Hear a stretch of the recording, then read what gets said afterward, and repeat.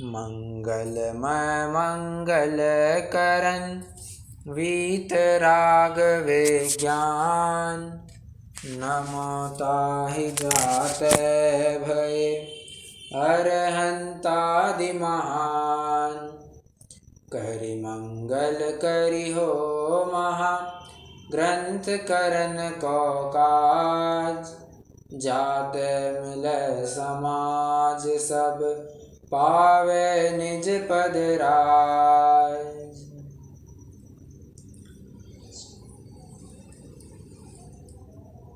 आठवें अधिकार की हमारी समापन की चर्चा चल रही है। टोडरमल जी अब पूरे अधिकार का सारांश, यूँ समझिए पूरे अधिकार का निचोड़ यहाँ पर बताने जा रहे हैं। कई सारी बातें जो कंक्लूजन के रूप में या फिर शब्दों में उन्होंने नहीं बांधी थी, भले ही अनेक अनेक उदाहरण उन्होंने दिए थे, अब उन उदाहरणों में से जो निष्कर्ष था, जो फाइनल निष्कर्ष निकालना चाहिए, वो निष्कर्ष अब टोडरमल जी शब्दों में यहाँ पर बांध रहे हैं। पेज नंबर 302 पर आकर के हम रुके थे। कल अपना ये प्रकरण चला था कि एक अपने जनमत में ही अलग अलग ऐसे कथन पाए जाते हैं, सो उनमें वैसा विरोध पाया जाता है। सो कौन सा सत्यार्थ समझना, तो जैसे देवांगनाओं के तो अपन ने सुना है, क्या कहते हैं, हमने तो ये प्रथमान योग में सुना है कि देव और देवांगना है एक साथ जन्मे, एक साथ चय करके मनुष्य पर्याय में आ गए और फिर आगे के भाव उनके वैसे बताए जाते हैं। जबकि कर्णान योग तो साफ साफ बताता है देवों की आयु सागरों में होती है, देवांगनाओं की आयु पल्यों में होती है। टोडरमल जी कहते हैं देवांगनाओं ने बीच में फिर अनेक भव धारण किए थे, परंतु उन भवों को बताना बिल्कुल भी उचित नहीं समझा, प्रयोजन नहीं समझा उसका, इसलिए फिर वो बताया जाता है कि एक साथ जन्मे और एक साथ वहां से चय करके मनुष्य भाव में आ गए। और तुम्हारा क्या प्रश्न था, तुम कभी कहते हैं कि एक अमुक तीर्थंकर के साथ इतने इतने मुनि मोक्ष में गए, और कर्णानियोग का तो नियम क्या है कि 6 महीने 8 समय में 608 जीव ही मैक्सिमम मोक्ष में जाते हैं, ना 607 ना 609, और ना ही 6 माह 7 समय और ना ही 9 समय। वो उतने टाइम में उतने ही जाएंगे, ना कम ना ज्यादा। तो हम ये कैसे पढ़ रहे हैं क्या कि हजारों मुनि एक साथ मोक्ष में चले गए? सो समझने वाली बात ये है कि थोड़ा आगे पीछे हो गए होंगे ना तो भी साथ साथ गए ऐसा कहा जाता है। कल अपन ने एक दो उदाहरण के माध्यम से देखा भी था। जैसे कोई कहे कि आप निकले या नहीं निकले सपरिवार, जी हाँ निकले हैं, तो 2 गाड़ी की या कैसे की? जी 2 गाड़ी की। तो साथ साथ है? हाँ साथ साथ हैं। जबकि देखा जाए तो 10-15 मिनट आगे पीछे निकले हैं, फिर भी क्या कहते हैं, हम साथ साथ निकले हैं। तो इतना फासला गौण करके वो कह दिया जाता है कि साथ साथ निकले हैं। ओके, चलिए अब मूल प्रकरण में अगले प्रकरण में आ जाते हैं। पेज 302 पर आकर के रुके थे। अब उसका अगला प्रश्न, शंकाकार का अगला प्रश्न, शंकाकार कह रहा है ठीक है ये बातें तो आपने बता दी, ये तो अपन समझ लेंगे कि हाँ ये प्रयोजन की ऐसी कुछ बात है, परंतु कहीं कहीं तो टोटली विरोध वाली कथन पद्धति मिलती है। जैसे एक इंद्रियों के सासादन गुणस्थान कहेंगे, कभी नहीं कहेंगे, कभी तो नेमिनाथ जी का जन्म सौरीपुर में कहेंगे, कहीं तो द्वारिका में कहेंगे, कहीं तो रामचंद्र जी की कथा अन्य अन्य प्रकार से लिखी हुई मिलेगी। सो क्या समझना, कौन सा सही कौन सा गलत, ये क्या समझना, ये जरा बताइए। और इन कथनों की विधि मिलाए तो कैसे मिलाए, ये हम समझना चाहते हैं। टोडरमल जी कहते हैं देखो काल दोष इसमें कारणीभूत है। पहली बात तो ये कि अन्य मतियों के कई सारे कथन पाए जाते हैं, और बात दो कि अपने जैन मत में ही कुछ कसाई उत्पन्न हुए हैं जिन्होंने थोड़ा बहुत फेरफार कर दिया है। फिर से एक तो काल दोष से ऐसा सब पाया जा रहा है, अन्य मतियों ने इतना प्रकोप किया है कि उन्होंने या तो हटाकर मिटाकर कुछ तो कर दिया है, या अपने ही जैनियों ने जो कुछ कसाई जैनी हुए उन्होंने इन ग्रंथों में कुछ शेपक गाथाएं डाल दी, कुछ शेपक कथन डाल दिया, या शब्दों को फेरफार कर दिया, अर्थ में फेरफार कर दिया। इस प्रकार कुछ ना कर करा के उन्होंने मूल ग्रंथ को ही बदलना चाहा है, ऐसी वे बात कह रहे हैं टोडरमल जी। समझ में आ रहा है? एक युक्तानुशासन का एक बहुत सुंदर श्लोक है। वहाँ पर प्रश्न पूछते हैं, मतलब आचार्य समंतभद्र को एक प्रश्न पूछा सामने वाले ने, क्या कि इस पंचम काल में ये इतना सुंदर काल होते हुए भी, काल कैसे कह रहा हूँ, एक्सट्रीमली सॉरी, इतना सुंदर मत होते हुए भी, उत्कृष्ट धर्म होते हुए भी ये इतना पीछे कैसे आ गया, इतना इसमें कालिमा कैसे आ गई। भगवान की भक्ति कर रहे हैं, हाँ समझना, भगवान की भक्ति कर रहे हैं आचार्य समंतभद्र। उन्होंने शंका, उनको कोई शंका नहीं पूछ रहा है, आचार्य समंतभद्र ये बात रख रहे हैं, कह रहे हैं काल कलिर्वा कलुषाशयो वा श्रोतुर्प्रवक्तुर्वचनानयो वा त्वच्छासनेकाधिपति त्वलक्ष्मी प्रभुत्वशक्तेरपवाद हेतु। सुनना, मैं पुनः बताता हूँ। 3 कारण बताए वहां पर कि हे भगवान, कि इतना उत्कृष्ट धर्म होते हुए भी, आपका बताया हुआ मार्ग इतना सर्वोत्तम होते हुए भी, इसमें पाए जाने वाले लोग कम क्यों, इसमें इतना क्या कहना चाहिए,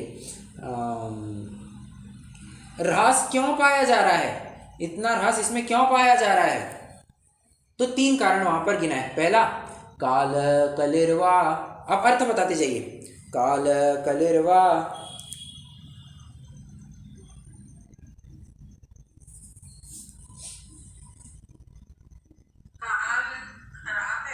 करेक्ट। कली, कली मतलब, कली काल मतलब, अरे ये पंचम काल, दुखमा काल, ठीक है। तो कली काल होने से एक कलुषाशयो वा, दूसरा क्या कारण है, कलुषाशयो वा,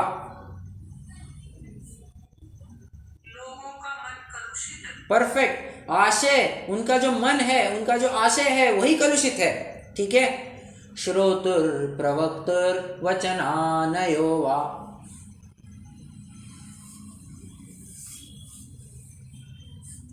श्रोतुर प्रवक्तुर वचनानयो वा,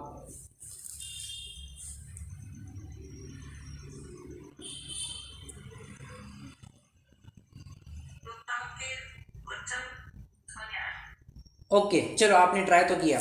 श्रोतुर प्रवक्तुर, श्रोतुर मतलब श्रोता, प्रवक्तुर मतलब वक्ता, क्या, श्रोतुर प्रवक्तुर वचनानयो वा, और श्रोता और वक्ता इनको नयों का ही ज्ञान नहीं है। तीसरा क्या कारण दिया, आप चाहे तो ये नोट कीजिए, ये नोट कर सकते हैं आप, कि 3 कारण, पहला कलिकाल, दूसरा आशय ही कलुषित है, तीसरा श्रोता और वक्ता को नए विवक्षा का ज्ञान ही नहीं है, ठीक है। त्वच्छासनेकाधिपति त्वलक्ष्मी प्रभुत्वशक्तेरपवाद हेतु। क्या कहा कि प्रभुत्व शक्तेरपवाद हेतु, अपवाद का कारण बन रहा है। ये 3 का आपका बताया हुआ मार्ग इतना अच्छा होते हुए भी यह अपवाद का कारण इन 3 मुद्दों की वजह से बन रहा है, ठीक है। कलिकाल होने से, आशय, लोगों का आशय कलुषित होने से, और श्रोता तथा वक्ता दोनों को नए विवक्षा का ज्ञान न होने से ये अपवाद को प्राप्त हो रहा है, ह्रास को प्राप्त हो रहा है जैन धर्म, ठीक है।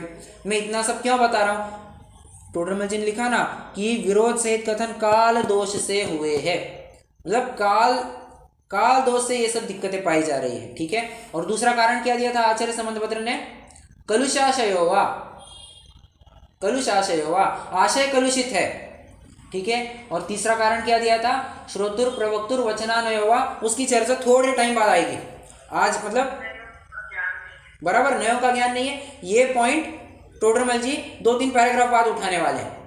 तो इन 3 कारणों को, युक्तानुशासन के इन 3 कारणों को बराबर टोडरमल जी ने यहाँ पर प्रस्तुत किया है, ओके। तो आप चाहे तो ऐसा रेफर, अब छंद नंबर में नहीं, मुझे नहीं पता, मुझे बस ये छंद सुना हुआ है, मैंने नोट किया, मैंने याद किया और मैंने आपको बताया, ठीक है। मुझे छंद नंबर पता नहीं है, तो बस इतना लिख करके रख सकते हैं, युक्तानुशासन का छंद या श्लोक, ऐसा आप लिख करके रख सकते हैं। और वो अर्थ भी लिखिएगा, 3 अर्थ, 3 कारण। ओके,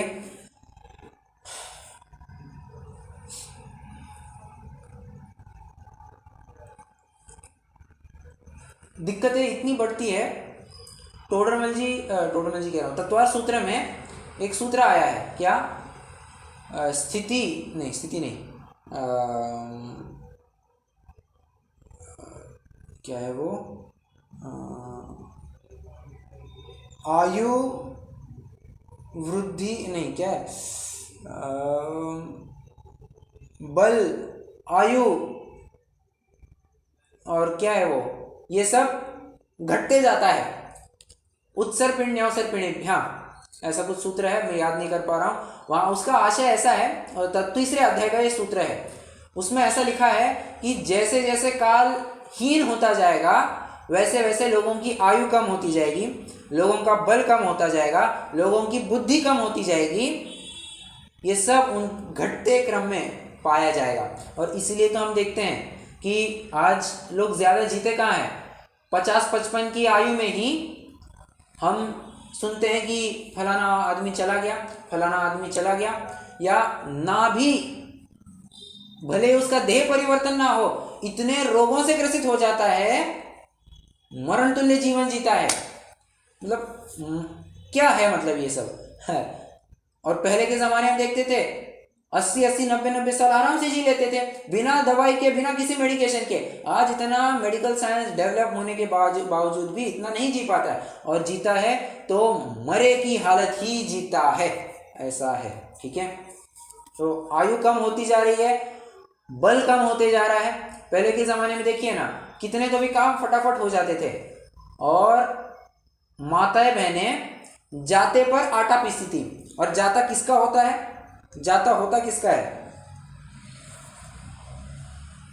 जाते की चक्की किसकी होती है, मतलब उसका ऑब्जेक्ट सब्सटेंस क्या होता है, मटेरियल क्या होता है, पत्थर होता है। और वो पत्थर हल्का होता होगा, कंकड़ की तरह, ये उठा और फेंक करके मारा, ऐसा होता होगा। किसी ने प्रयोग किया क्या वैसे?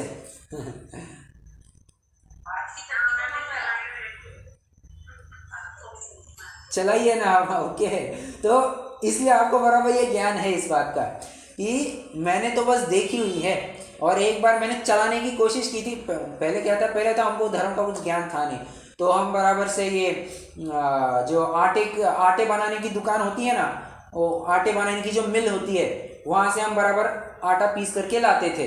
तो वहाँ पर एक हाथ चक्की भी रखी थी, जाते की चक्की भी रखी थी। तो मैंने बस एक बार घुमाने की कोशिश की थी, मेरे बस के बाहर की थी। वो बहुत भारी होती है, बहुत साल पहले की बात है, 10-12 साल पहले की बात है, बट थी तो मैं। अच्छा, ओके ओके,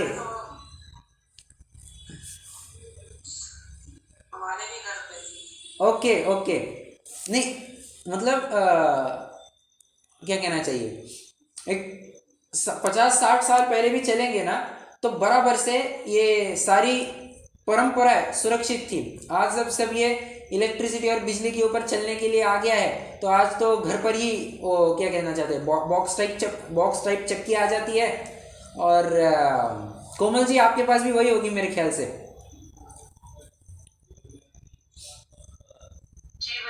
हाँ हाँ, तो प्लग लगाना और स्विच चालू करना, हो गया। और जो कि जाली वगैरह लगानी होती है, वो गेहूं ज्वार बाजरा जो डालना डाल दो, और आटा निकलते जाएगा, ऐसा होता है। हमारे पास भी वही है, मैं वही तो बता रहा हूँ। तो आज तो ये सब हो गया है। मैं ये क्यों बता रहा हूँ, पहले के ज़माने में ताकत भी बहुत थी, मतलब आराम से जाते के चक्के पर काम कर लिया करती थी महिलाएं।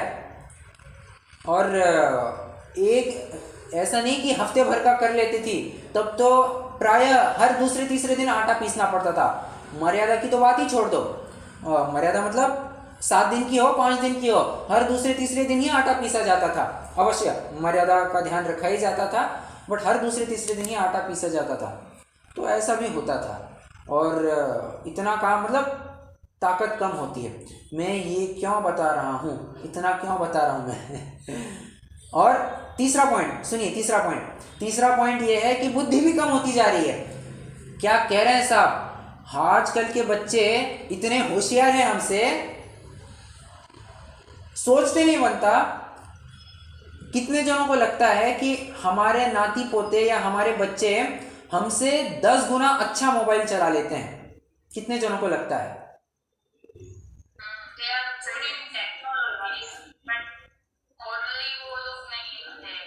हाँ, एक बात तो सभी जन एग्री करेंगे, क्या? ये अपने नाती पोते बच्चे ये अपने से ज्यादा अच्छे से मोबाइल, लैपटॉप, टैबलेट, जो कुछ भी इलेक्ट्रॉनिक गैजेट्स है, टेक्नोलॉजी की बातें हैं, उसमें ज्यादा अग्रसर है।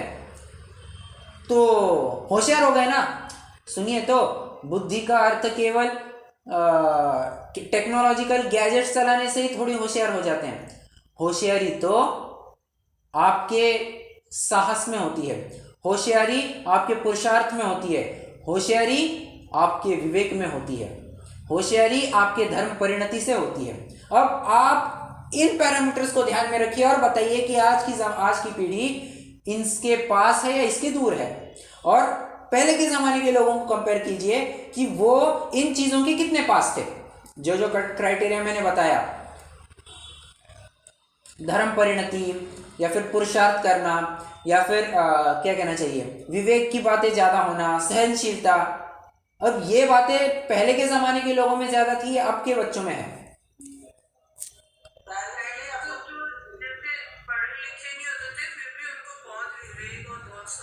करेक्ट करेक्ट, उनको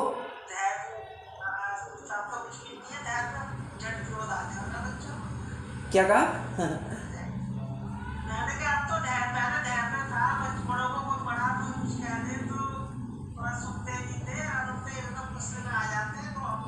करेक्ट करेक्ट होता है। इसका मतलब यह है कि बुद्धि भी कम होती जा रही है। अब मैं ये क्यों बता रहा हूं, ये आपको तुरंत समझ में आएगा।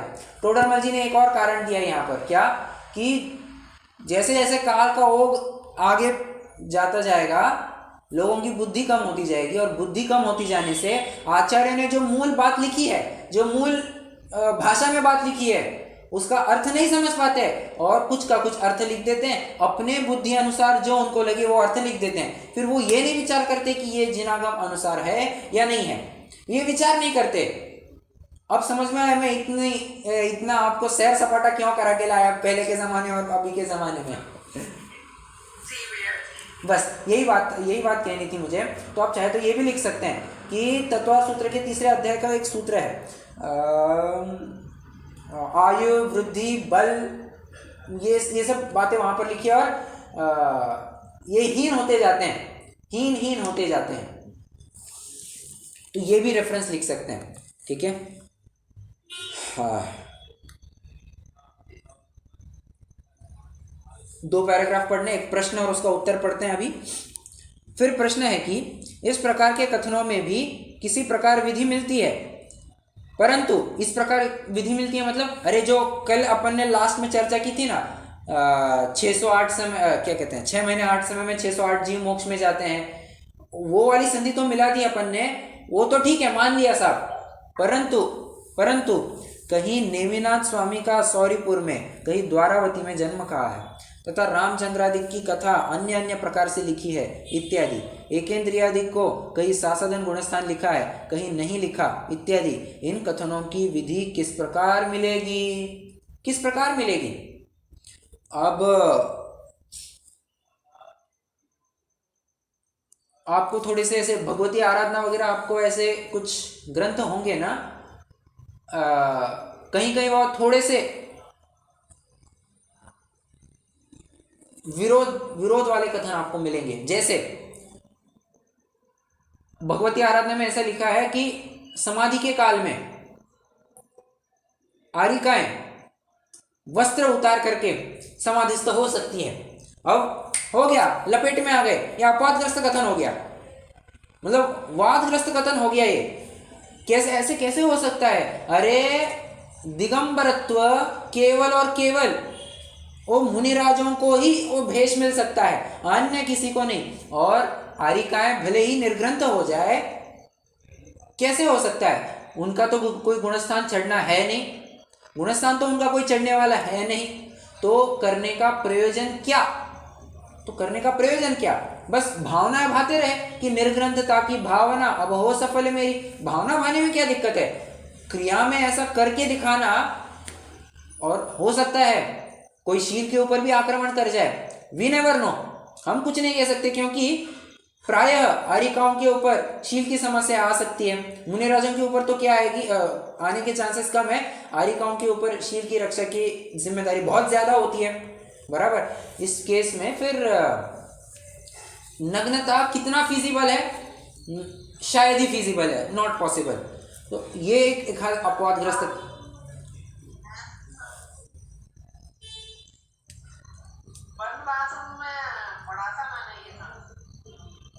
क्या?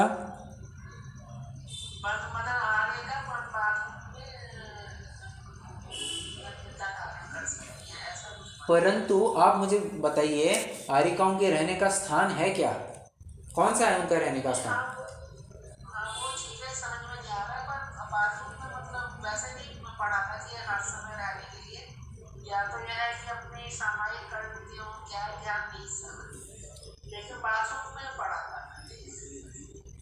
देखिए, फिर से एक बात, आरिकाए, श्रावक, एलक, किसी को भी नग्न होने का अधिकार नहीं है। सामायिक के नाम पर भी, समाधि के नाम पर भी नग्न होने का अधिकार नहीं है। वो तो केवल और केवल मुनिराजों का ही वो भेष है, वो भेष कोई और नहीं ओढ़ सकता है, ये फैक्ट है, ठीक है। कोई और, मतलब श्रावक भी क्यों ना हो, गुण अपना चौथे गुणस्थानवर्ती हो, पांचवें गुणस्थानवर्ती हो, अरे एलक तक की अवस्था भी क्यों ना हो, वस्त्र नहीं। अच्छा, कदाचित फिर अगर उनको लगे कि हाँ अब मुनि दीक्षा ली जा सकती है, तो पहले तो पूरी मुनि दीक्षा की विधि चलेगी, उनको उस हालत में केश लॉन्च करके दिखाना होगा, और फिर अगर वे मुनि पने की आचार्य दीक्षा दे देते हैं तो फिर वे नग्न हो सकते हैं, अन्यथा मुनि दीक्षा लिए बिना नग्नता तो किसी को नहीं मिलेगी। मैं इतना सब कुछ क्यों बता रहा हूँ? वो भगवती आराधना में जो कथन आ गया ना, वो हो गया, वादग्रस्त हो गया थोड़ा। अब क्या माने, कैसे माने इन सब बातों को? टोडरमल जी कहते हैं, इस प्रकार विरोध सहित कथन काल दोष से हुए हैं। पॉइंट 1, और भी आपको कई सारे कथन मिलेंगे, क्या? जैसे फूल से भगवान की पूजा करना, कहीं में आपको मिलेगा पंचामृत से अभिषेक करना, कहीं आपको मिलेगा, अरे मैंने आपको बताया था थोड़ी दिन पहले, कहीं कहीं पर तो गोबर से पूजन करना लिखी है, कहीं कहीं पर गोबर से पूजन करना लिखी है। अब ये बात प्रैक्टिकली पॉसिबल ही नहीं है, कैसे पॉसिबल हो सकती है?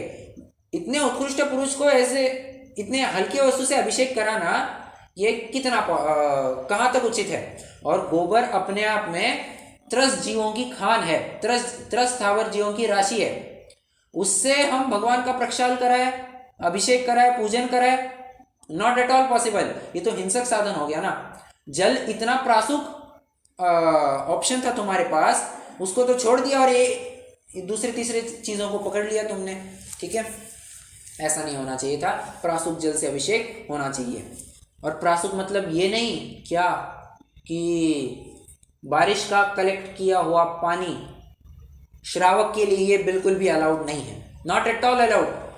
तो छना हुआ प्रासुक जल, या तो गुनगुना किया हो, मतलब मर्यादा वाला होना चाहिए, पानी छान करके उसकी मर्यादा की हुई हो और फिर वो प्रयोग में आए, और उबला हुआ पानी ही बेस्ट रहेगा।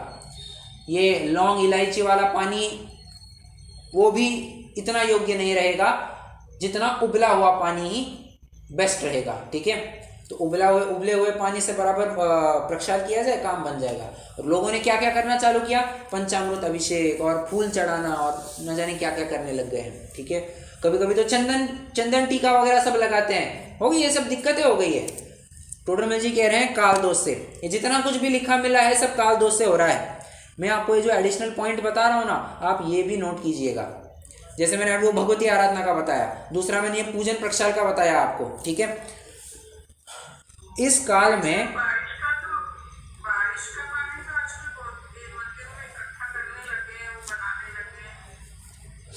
गलत है, गलत है, क्योंकि बारिश का पानी है, छना पानी थोड़ी ना है, छना पानी थोड़ी ना है। और बारिश का पानी किसने कहा शुद्ध होता है, किसने कहा प्रयोग करने योग्य होता है?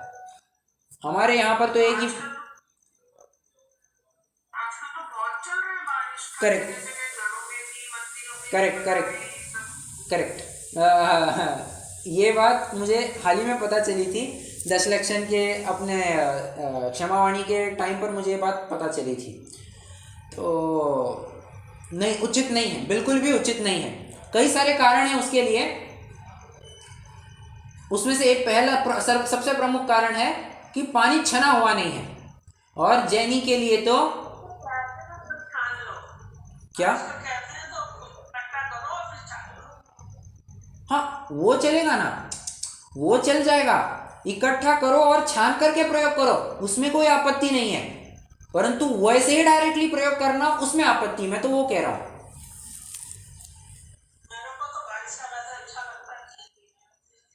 अरे पीने की बात तो है ही नहीं, पीने की बात तो है ही नहीं, प्रक्षाल की बात है।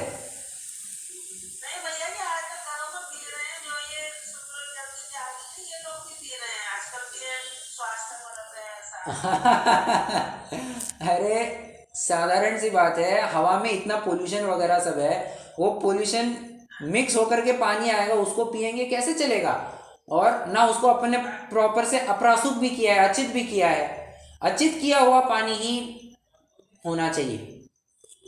वो कर लेते हैं और उनसे तो पता चला कि उधर छान कर इकट्ठा कर लो, फिर छान कर उसे प्राशित करके पी लो, क्या दिक्कत है? मैं वही तो कह रहा हूँ, वैसा चल जाएगा ना। बारिश का पानी इकट्ठा किया होगा, उसको छान लो, उसको उबालो और प्रयोग करो, वो चल जाएगा, उसमें कोई आपत्ति नहीं है। परंतु वैसे ही अगर सीधे सीधे प्रयोग किया, ये बारिश का पानी इकट्ठा किया और वो प्रयोग करना चालू किया, उसका निषेध कर रहा हूं मैं। लेकिन पूरा साल भर का अगर भर के रखोगे तो भैया जी कितना लील वगैरह वो करेक्ट करेक्ट।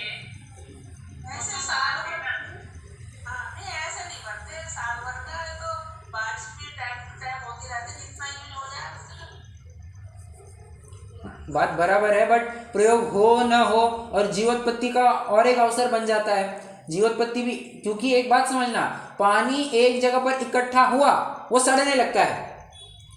पानी एक जगह पर इकट्ठा हुआ वो सड़ने लगता है।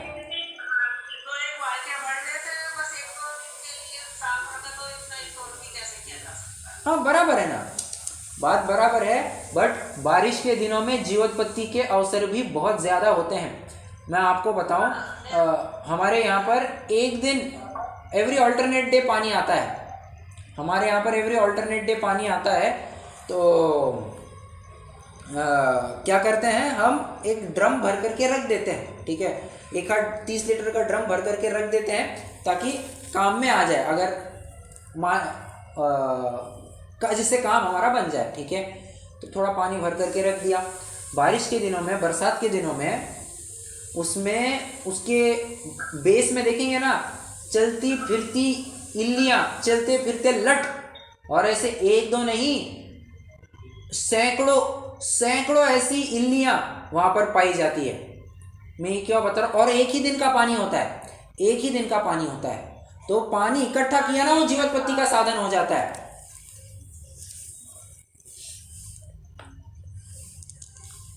मैं तो ये बता रहा हूं, बराबर। मेरा निष्कर्ष कहने का इतना ही है कि डायरेक्टली प्रयोग करना बिल्कुल भी उचित नहीं है। हाँ, इकट्ठा करके उसको छान करके प्रयोग किया तो वो तो ठीक है ना, उसमें कोई बड़ी बात नहीं है। ओके, छान करके प्रयोग करना चाहिए, और इकट्ठा भी इतना ही करना जिससे जीवोत्पत्ति ना हो जाए। अगर जीवोत्पत्ति होने लग जाए तो पहले इन जीवों को मारो, तो वो तो और दिक्कत हो जाएगी, मतलब वो और पाप का साधन हो जाएगा। तो इससे तो अच्छा है कि फ्रेश पानी ही प्रयोग किया जाए। ओके, आ जाइए, क्या कह रहे थे अपन। इस काल में प्रत्यक्ष ज्ञानी वो बहुश्रुतों का तो अभाव हुआ और अल्प बुद्धि ग्रंथ करने के अधिकारी हुए। उनको भ्रम से कोई अर्थ अन्यथा भाषित हुआ, उसको ऐसे लिखा। अथवा इस काल में कितने ही जैन मत में भी कषाई हुए हैं, सो उन्होंने कोई कारण पाकर अन्यथा कथन लिखे हैं। इस प्रकार अन्यथा कथन हुए, इसलिए जैन शास्त्रों में विरोध भाषित होने लगा। ठीक है, तो अब क्या क्या अंडरलाइन करेंगे। काल दोष, एक अल्पबुद्धि 2, जैन मत में भी कशाई 3। ये 3 आपको अंडरलाइन करने और ABC करके लिख दीजिए।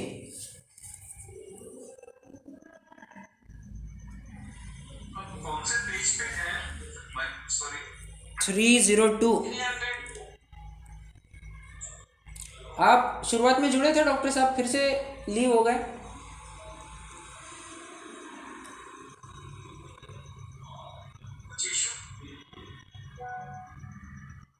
ओके ओके,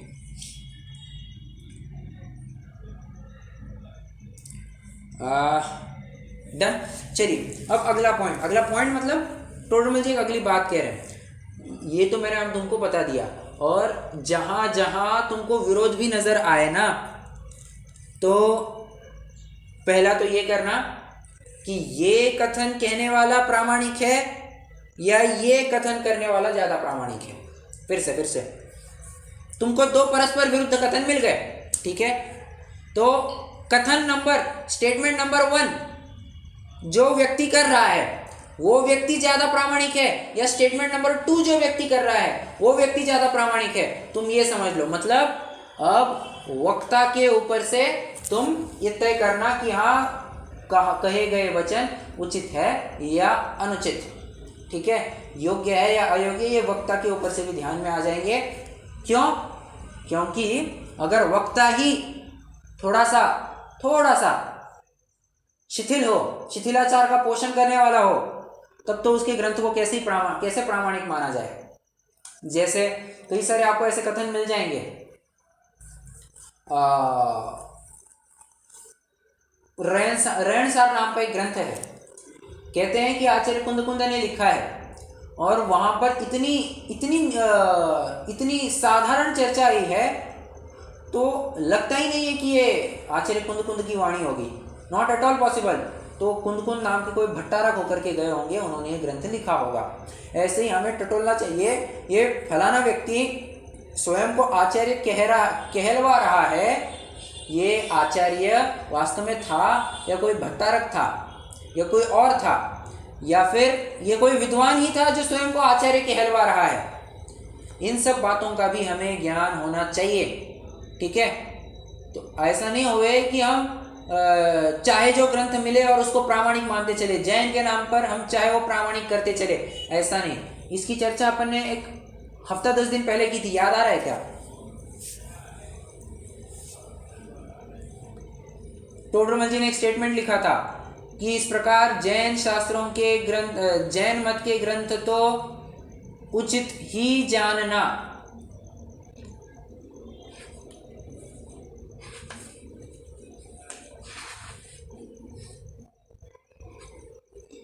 अरे याद आ रहा है या नहीं आ रहा है? चलिए आइए पेज नंबर 294 पर आ जाइए। इस प्रकार जिन मत के शास्त्र निर्दोष जानकर उनका उपदेश मानना।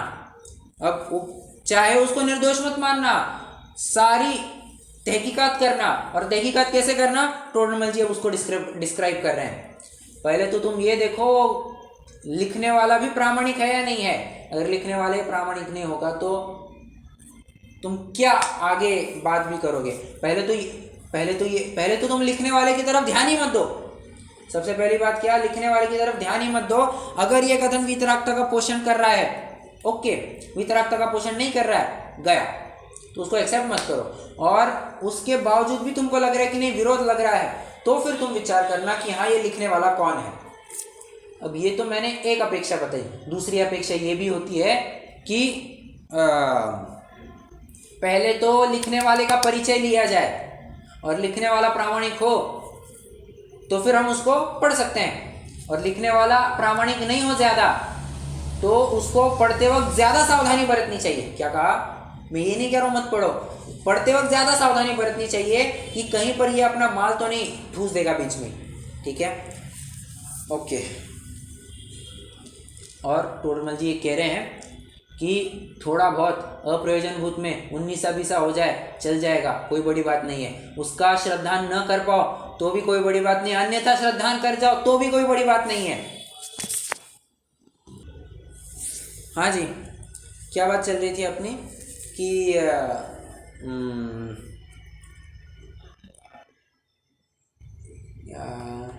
हाँ, मैं तो ये कह रहा था, क्या कह रहा था मैं भूल गया।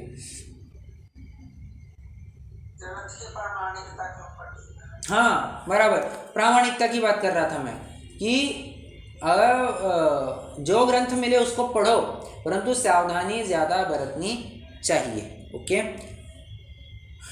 अरे हाँ, मैं तो अगली बात कह रहा था। मैं तो ये कह रहा था कि कोई अगर अन्यथा श्रद्धान भी कर जाए, श्रद्धान ना करे अन्यथा कर जाए, तो भी कोई दिक्कत नहीं है अप्रयोजनभूत तत्वों में, क्योंकि मोक्ष मार्ग में तो तुम्हारे देव शास्त्र गुरु का श्रद्धान, तुम्हारे 7 तत्वों का श्रद्धान, तुम्हारे स्वपर भेद विज्ञान ये कार्यकारी है। इसका तुम्हारा इन प्रयोजनभूत वस्तुओं का ज्ञान तुम्हारे लिए कार्यकारी है। अगर इनमें ही कचास होगी तो बाकी कितना भी ज्ञान हो उससे क्या, इन सूक्ष्म कथनों से क्या है। देवशास्त्र गुरु का श्रद्धान हो गए, 7 तत्वों का श्रद्धान हो गए, तो गाड़ी आगे बढ़े। प्रयोजनभूत में कहीं कचास नहीं होनी चाहिए। फिर अप्रयोजनभूत में थोड़ा 19-20 हो जाए चल जाएगा, कोई दिक्कत वाली बात नहीं है। अजान मानो गुरु नियोगा, ठीक है, अजान मानो गुरु नियोगा। ये गोमट सर कर्मकांड है क्या? एक मिनट, हाँ, गोमट सर कर्मकांड है, गोमट सर जीव कांड है, उसकी 27वीं गाथा है। अजान मानो गुरु नियोगा, जीव कांड की 27वीं गाथा। आइए पेज नंबर 13 पर। सम्मा एट्ठी जीवो ओ एट्ठम पवयणम तु सद्दधि सद्दधि असभावम अजान माने गुरु नियोगा। क्या कहा? सम्यक दृष्टि जीव उपदेशित सत्य वचन का श्रद्धान करता है और अजानमान गुरु के नियोग से असत्य का भी श्रद्धान करता है, ऐसा कहा है। तो इसका मतलब क्या? उसके ऊपर का पैराग्राफ पढ़िए। पुनश्च इतना जानना कि जिनको अन्यथा जानने से जीव का बुरा हो, ऐसे देव गुरु धर्मादिक तथा जीव अजीवादिक तत्वों को तो श्रद्धानी जैनी अन्यथा जानते ही नहीं। अंडरलाइन, श्रद्धानी जैनी अन्यथा जानते ही नहीं।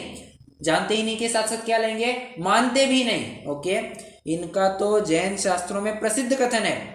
और जिनको भ्रम से अन्यथा जानने पर भी जिन आज्ञा मानने से जीव का बुरा न हो, ऐसे कोई सूक्ष्म अर्थ हैं, उनमें से किसी को कोई अन्यथा प्रमाणता में लाए तो भी उसका विशेष दोष नहीं है। लिखिए रेफर पेज 302 और 302 पर लिखिए refer page 13। Same to same प्रकरण है क्या?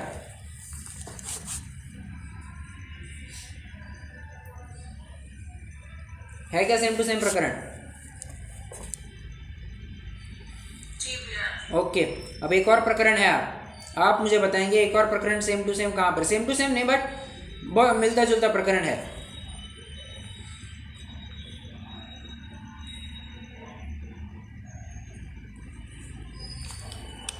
बताइए।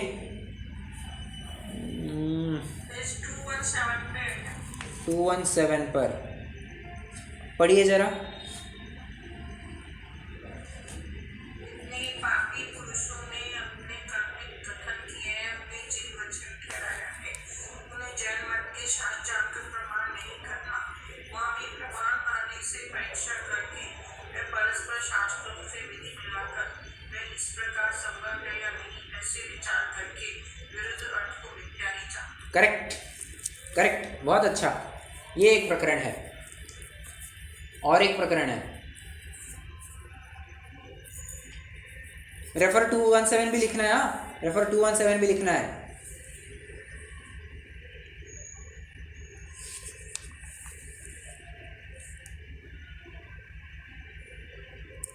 आइए पेज 77 पर आइए। 77 चौथे अधिकार का प्रारंभ ही है। अरे याद है क्या? चौथे अधिकार में अपन ने प्रयोजनभूत अप्रयोजनभूत तत्वों की बात की थी।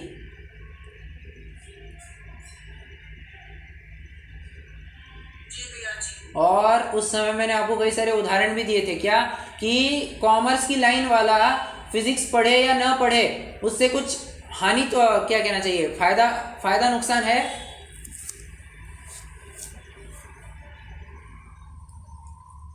साइंस वाला अकाउंटिंग ना पढ़े उससे कुछ फायदा नुकसान है? अरे तुम्हारे लाइन का कुछ है ही नहीं, तुम पढ़ो मत पढ़ो अन्यथा पढ़ो, कुछ लेना देना नहीं। तुम अपनी स्ट्रीम की लाइन को पकड़ करके रखो। यही बात देखिए पेज 77 पर देखिए। यहाँ इतना जानना कि अप्रयोजनभूत अथवा प्रयोजनभूत पदार्थों का न जानना या यथार्थ अयथार्थ जानना हो, उसमें ज्ञान की हीनाधिकता होना, इतना जीव का बिगाड़ सुधार है। एक मिनट, ऊपर उसी प्रकार जीव है वह जिनसे प्रयोजन नहीं है, उन्हें अन्यथा जाने या यथार्थ जाने तथा जैसा जाने वैसा श्रद्धान करे, तो इसका कुछ भी बिगाड़ सुधार नहीं है, उससे मिथ्या दृष्टि या सम्यक दृष्टि नाम प्राप्त नहीं करता।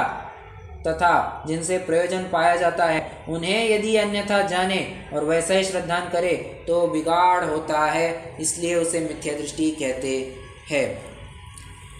है क्या मिलता जुलता प्रकरण ये भी?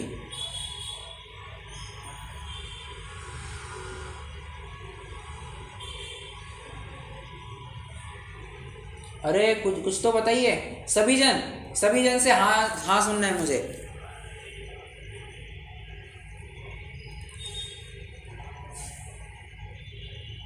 जी भैया जी। ओके ओके,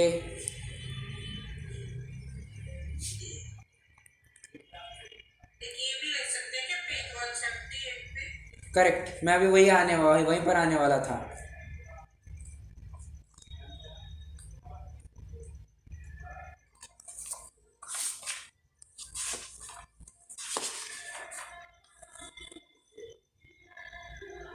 वन 178 पर वो आप ये षट पाउड का कह रहे हैं क्या? जिस प्रकार खोटा रुपया चलाने वाला चांदी का अंश रखता है, उसी प्रकार धन का कोई अंश दिखाकर पुस्तक मांगते हो। नहीं, ये मुझे नहीं लगता इतना आएगा। 178, मैं एक लेफ्ट साइड पेज के बारे में सोच रहा था, मैंने ऐसे फ्लो में मैंने भी हाँ बोल दिया। 178 पेज नहीं है वो। एक मिनट, हाँ मैं आपको बताऊं, ये है पेज नंबर एक बार वापस से बोलने बताता हूँ, एक मिनट। हाँ पहले मुझे, हाँ पेज 216 पर आ जाइए, 216 पर आ जाइए। आपने 217 का बताया ना शशि जी, 216 पर भी एक है समाधान। मोक्ष मार्ग में देव गुरु धर्म जीवादि तत्व व बंध मोक्ष मार्ग प्रयोजनभूत है, सो इनकी परीक्षा कर लेना। जिन शास्त्रों में यह सच्चे कहे हो उनकी सर्व आज्ञा मानना, जिनमें यह अन्यथा प्ररूपित किए हो उनकी आज्ञा नहीं मानना। और नीचे भी देखिए, नहीं नीचे वाला नहीं, बस यही बात। मतलब इनका तो तुमको श्रद्धान करने, टोडरमल जी ने भी ये पॉइंट लिखा है ना कि मोक्ष मार्ग में देव गुरु धर्म का 7 तत्वों का श्रद्धान तो तुमको करना ही करना है। ओके, तो अब लिखिए पेज नंबर क्या आएंगे। पेज नंबर 302 पर लिखिए, पेज नंबर 13, फिर पेज नंबर 77, 13, 77, 216, 217, 13, 77, 216, 217 और 302 जो प्रकरण अपना चल ही रहा है। 294 भी दिखाया। हाँ 294, करेक्ट 294।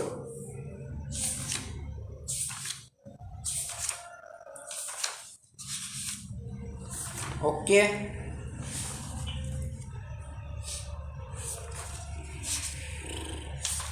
चलिए। और ये भी ले सकते क्या पेज 12 पे, जो जैसे कोई सच्चे मोतियों के गहने में झूठे मोती मिलाते परंतु झलक नहीं मिलती, इसलिए परीक्षा करके आखिर लगाता नहीं है, कोई बोला हो वही मोती के नाम से लगा जाता है। ओके, चाहे तो ये भी ले सकते हैं, फिर तो आपके और भी, आपने जो 178 का कहा ना, फिर वो भी आ जाएगा। अगर ये लेना चाहते हैं तो फिर वो 178 का भी आ जाएगा।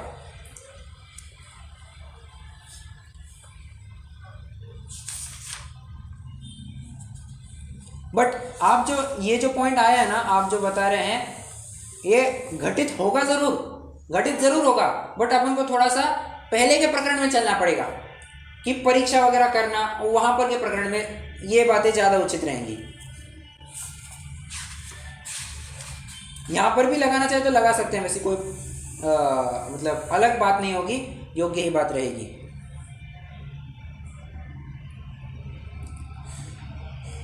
ओके, एक पैराग्राफ पढ़ना है, कोई पढ़ेगा?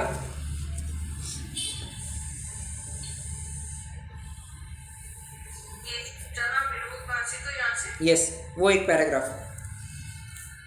जहाँ विरोधभासी तो वहाँ इतना करना कि यह कथन करने वाले बहुत प्रामाणिक है या यह कथन करने वाले बहुत प्रामाणिक है, ऐसे विचार करके बड़े आचार्यात्मक का कहा हुआ कथन प्रमाण करना तथा जिन मत के बहुत शास्त्र है उनकी आज्ञाएं मिलाना, जो कथन परंपरा आज्ञाएं से मिले उस कथन को प्रमाण करना। इस प्रकार विचार करने पर भी सत्य सत्य का निर्णय न हो सके तो जैसे केवली को भाषिक में से प्रमाण है ऐसा मान लेना, क्योंकि देवादिक काव्य तत्वों का निर्धार हुए बिना तो मोक्षवान होता नहीं है।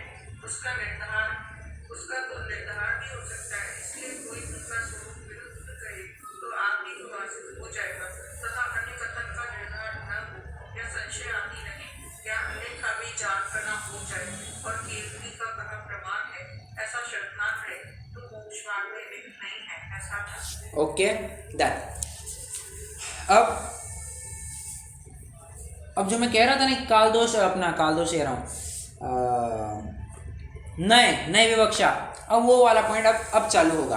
देखिए, अब सामने वाला प्रश्न कर रहा है कि कितने तो भी बातें हमारे ही इसमें विरोध वाली पाई जाती है और कितनी तो भी बातें अन्य मतियों में भी अपने मत के अनुसार पाई जाती है।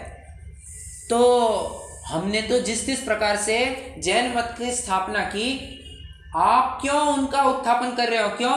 इतनी तो भी बातें उनमें समान पाई जाती है, आप उनका क्यों उत्थापन कर रहे हो? जैन मत की स्थापना कर रहे हो। इसके बनेंगे 3 पॉइंट। 3 पॉइंट मतलब आप चाहे तो 2 एरोज कीजिए, एक तरफ हेडिंग लिखिए जैन मत, दूसरी तरफ हेडिंग लिखिए अन्य मत।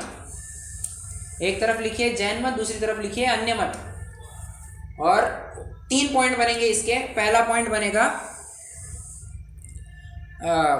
एक प्रयोजन सहित नाना कथन। जैन मत के अंतर्गत पहला पॉइंट लिखेंगे एक कथन सहित नाना प्रयोजन, एक्सट्रीमली सॉरी, एक प्रयोजन सहित नाना कथन। मतलब प्रयोजन एक ही है, कथन अलग अलग मिलेंगे। एक ही प्रयोजन सहित अनेक कथन, नाना कथन, जो लिखना चाहे लिख सकते हैं। और दूसरी तरफ क्या लिखेंगे अन्य मत में? प्रयोजन ही विपरीत, या फिर प्रयोजन ही 2 विरुद्ध प्रयोजन, ऐसा लिखिए 2 विरुद्ध प्रयोजन, 2 परस्पर विरुद्ध प्रयोजन। दूसरा पॉइंट लिखेंगे अपेक्षा सहित कथन।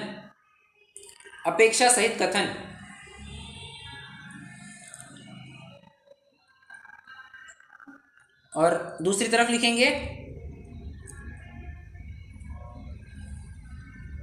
नए अपेक्षा का अभाव, नए अपेक्षा रहित कथन।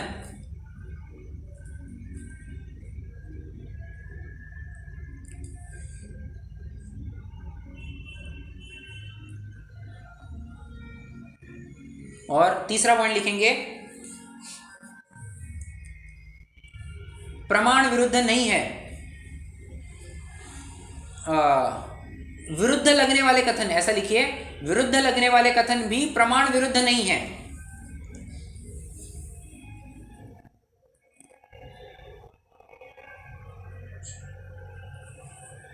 और दूसरी तरफ लिखेंगे परस्पर प्रमाण विरुद्ध कथन।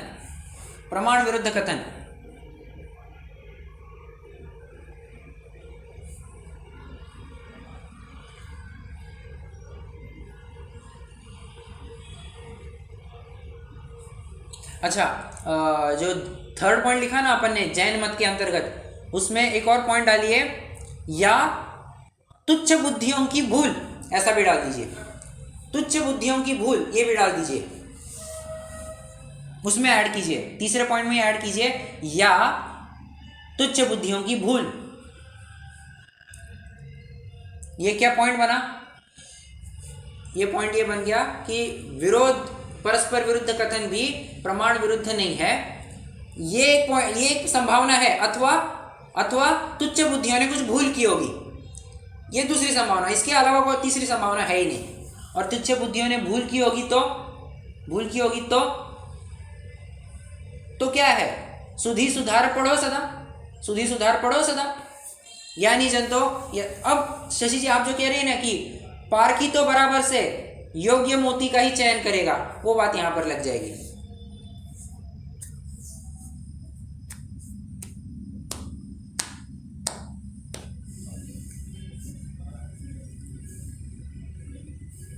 ओके, अब देखिए, अब चार्ट बन गया होगा।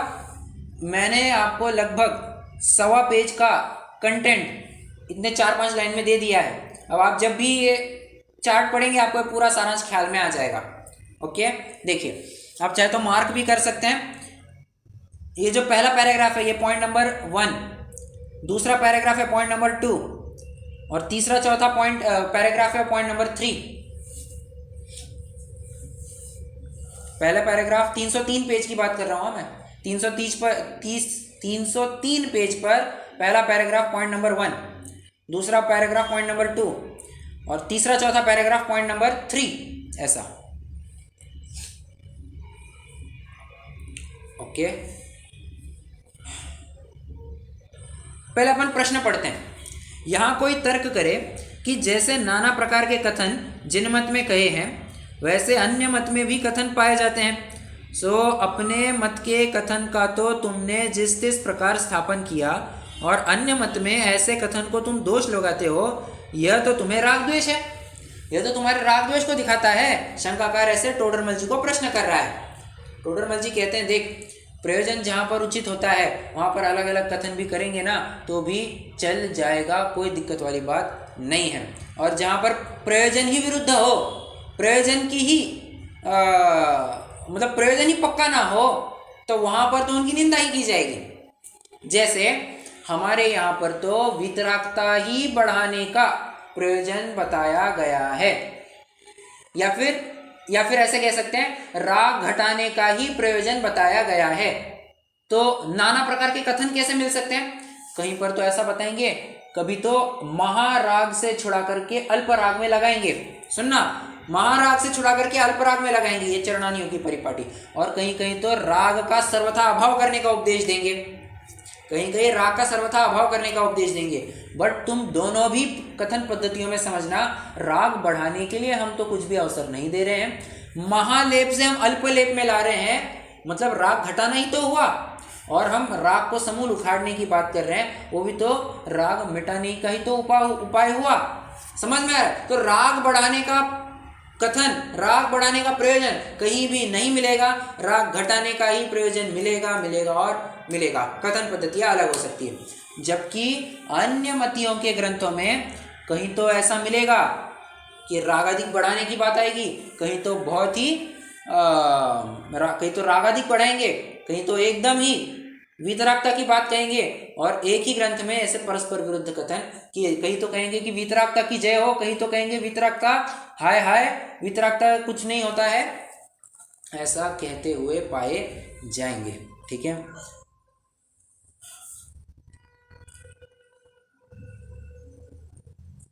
दूसरा पॉइंट ये है कि अपेक्षा, फिर नए विवक्षा वाली बात है। कहते हैं कि हमारे यहाँ जितने भी कथन है ना, नए विवक्षा सहित किए जाते हैं। यहाँ पर नए विवक्षा रहित कथन होगा ही नहीं। अपने कल ही पढ़ा था कि स्यात् चिन्ह के, स्यात् पद के साथ ही जो कुछ भी पढ़ा जाता है।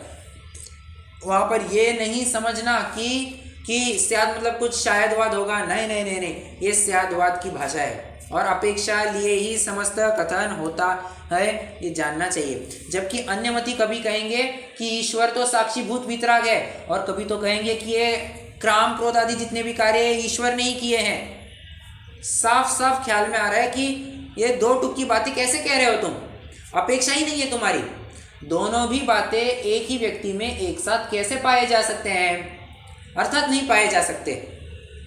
ऑब्जेक्शन आपके ग्रंथों में भी तो आया है क्या? ज्ञानी के भोग निर्जरा के हेतु है, आप हमको क्यों टोकते हो?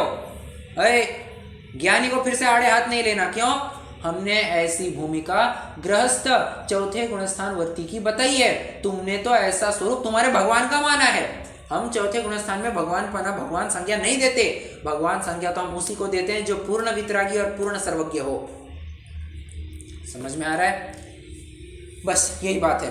हमने तो माना है कि एक ही व्यक्ति में एक साथ राग भी पाया जाता है, वितरागता भी पाई जाती है, परंतु ऐसा स्वरूप हमने चतुर्थ गुणस्थानवर्ती अविरति सम्यक दृष्टि का माना है। हम भगवान का ऐसा स्वरूप तो कभी भी नहीं मानते हैं, और यही तो तुम्हारी विपरीतता है। ओके, और हमारी ये अपेक्षा, हमारी ये कथन करने की पद्धति जानना। और पॉइंट नंबर 3 क्या था? पॉइंट नंबर 3 प्रमाण विरुद्ध कथन या फिर तुच्छ बुद्धि की भूल। अब तुच्छ बुद्धि की भूल जैसे अपन ने देखा कि भगवती आराधना वगैरह में कुछ लिखा है, तो वो समझना है कि भूल से लिखा है उन्होंने, मतलब उनको यथार्थ ज्ञान नहीं होगा विषय का, तो उन्होंने लिख दिया वैसा। ठीक है, तो तुच्छ बुद्धि की भूल या प्रमाण विरुद्ध कथन नहीं भी हो सकते हैं। भले ही परस्पर विरुद्ध लग रहे होंगे, प्रमाण विरुद्ध नहीं होंगे। जैसे नेमिनाथ का तुम जन्म द्वारिकापुरी में कहो, या क्या कहते हैं द्वारिकावती में कहो, द्वारावती में कहो या सौरीपुर में कहो, क्या फर्क पड़ता है? नगर किसी नगर में ही हमने तो जन्म होना कहा है ना, तो प्रमाण विरुद्ध क्या हुआ? कुछ भी प्रमाण विरुद्ध नहीं हुआ। ओके, अच्छा, प्रमाण विरुद्ध तो वैसा होता कि जहाँ पर हमने तीर्थंकर का किसी के गर्भ में आना और जन्म किसी के माध्यम से होना ये कहते, तो तब वो प्रमाण विरुद्ध हो जाता। ऐसा तो हम नहीं कह रहे, तुम द्वारिकापुरी कहो या सौरीपुरी कहो, कुछ भी कहो, कोई फर्क नहीं पड़ता, नगर में तो जन्म हुआ है, ये बात सिद्ध हो जाती है, तो प्रमाण विरुद्ध नहीं है। जबकि अन्य मतियों के प्रमाण विरुद्ध कैसे होंगे? मुख में वीर्य गिरने से, मछली के मुख में वीर्य गिरने से पुत्र उत्पन्न हुआ। पुत्र के कहीं तो ब्रह्मचर्य की इतने गीत गाएंगे, और कहीं पर तो कहेंगे अपुत्रस्य गतिर नास्ति। वैदिकों में ऐसे पहले मान्यता थी कि अगर कोई व्यक्ति बिना संतान का हो, मतलब निस्संतान हो, और उसके हाथों से आहार लेवे, तो बहुत बड़ा अपशकुन मानते थे। ये वैदिकों में ऐसी मान्यता थी। तो समझने वाली बात है कि परस्पर विरुद्ध कथन है। कहीं तो तुम ब्रह्मचर्य की इतनी महिमा गाते हो, कहीं पर तो तुम अपुत्रस्य गतिर नास्ति ऐसा कहते हो।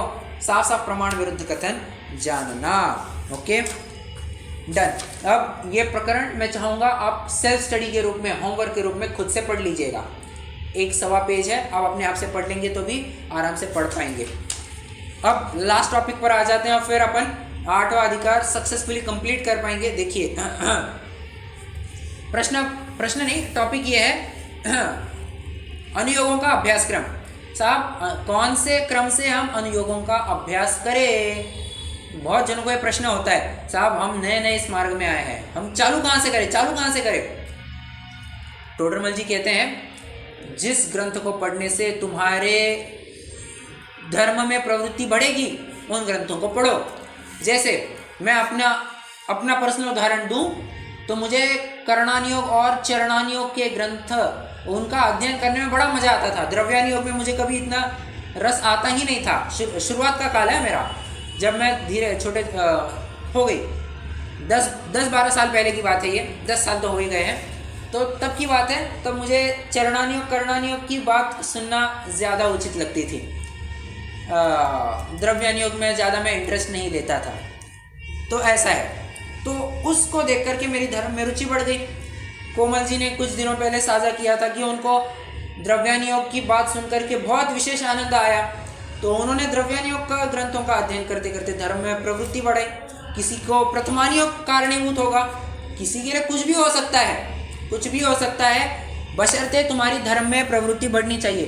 तुम 1 ग्रंथ पढ़ो, 2 ग्रंथ पढ़ो, 3 ग्रंथ मतलब 1 अनुयोग पढ़ो, 2 पढ़ो, 3 पढ़ो, 4 पढ़ो, जैसे तुम्हारी धर्म में प्रवृत्ति बढ़े वैसा करो, परंतु पढ़ो, इतना बस कहना चाह रहे हैं। ठीक है। अब एक बात जानना, यहाँ पर टोडरमल जी फिर से अपने चार्टर्ड अकाउंटेंट होने का दावा फिर से मजबूत कर रहे हैं। यहाँ पर उन्होंने एक अकाउंटिंग का कंसेप्ट लिखा है। वे कहते हैं कि रोज नामचे में तो अनेक रकाने हैं, उनमें उन खाते में खतौनी करने पर लेन देन का व्यवहार बराबर निश्चित हो जाता है। फिर से रोज नामचा मतलब क्या होता है? क्या कैश बुक? मुझे लगता है लेजर होना चाहिए, लेजर या फिर डे बुक कह सकते हैं। रोज नामचा मतलब डे बुक, कि जहाँ पर प्रत्येक दिन के डेली ट्रांजैक्शन नोट किए जाते हैं। अच्छा, आपको मैं थोड़ी सी अकाउंटिंग की प्रोसेस भी बताता हूँ। वैसे कोई है यहाँ पर कॉमर्स की बैकग्राउंड वाला?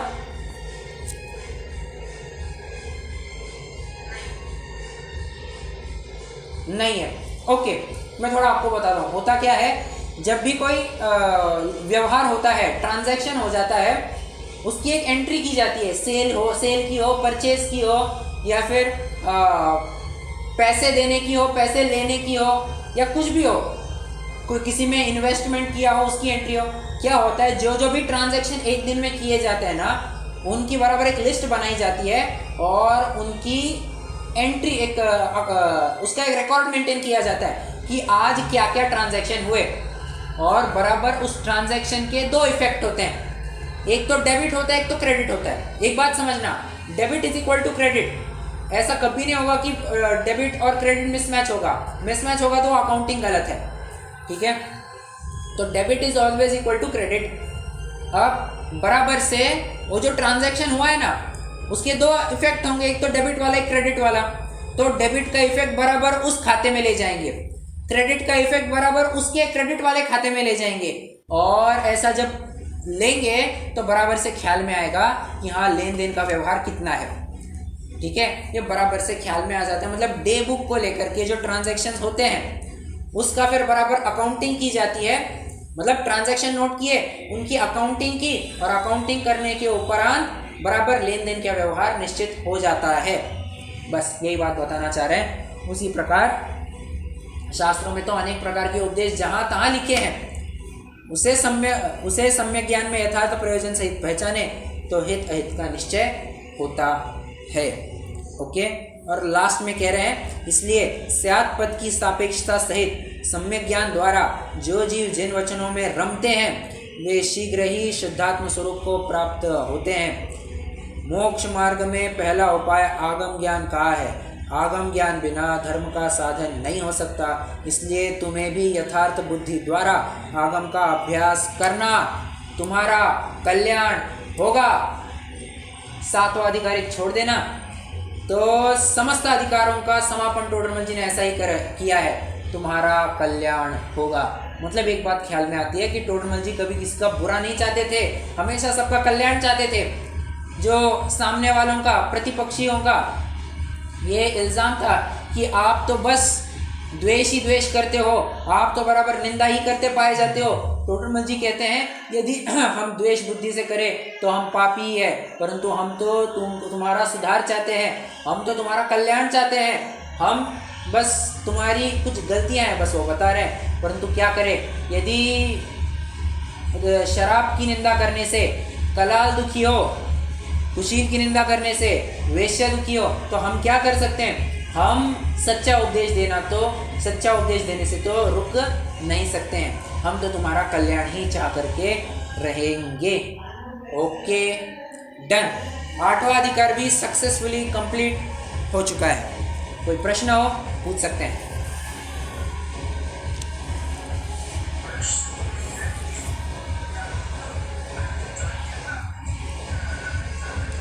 एक मिनट डॉक्टर साहब, आपकी आवाज़ नहीं आ रही, क्या है? आजू बाजू मेरा बहुत जोर का डीजे लगा है। हाँ जी,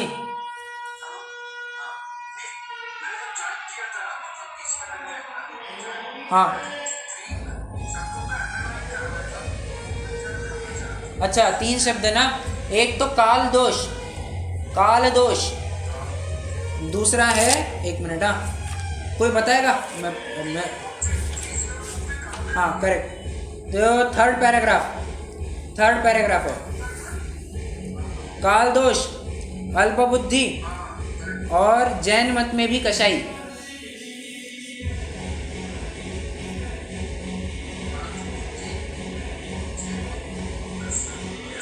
okay okay done. Yes yes done. रुकते हैं, जिन श्रुति करेंगे, प्रयास करेंगे कल अपन 8वां अधिकार रिवाइज कर लेवे और फिर आगे बढ़ेंगे। ठीक है, 8वां अधिकार अपन कल रिवाइज करेंगे, एक कक्षा में आराम से रिवाइज हो जाएगा, कोई दिक्कत वाली बात नहीं है। ओके चलिए, आप भी यथासंभव जितना रिवाइज कर सकते हैं कीजिएगा।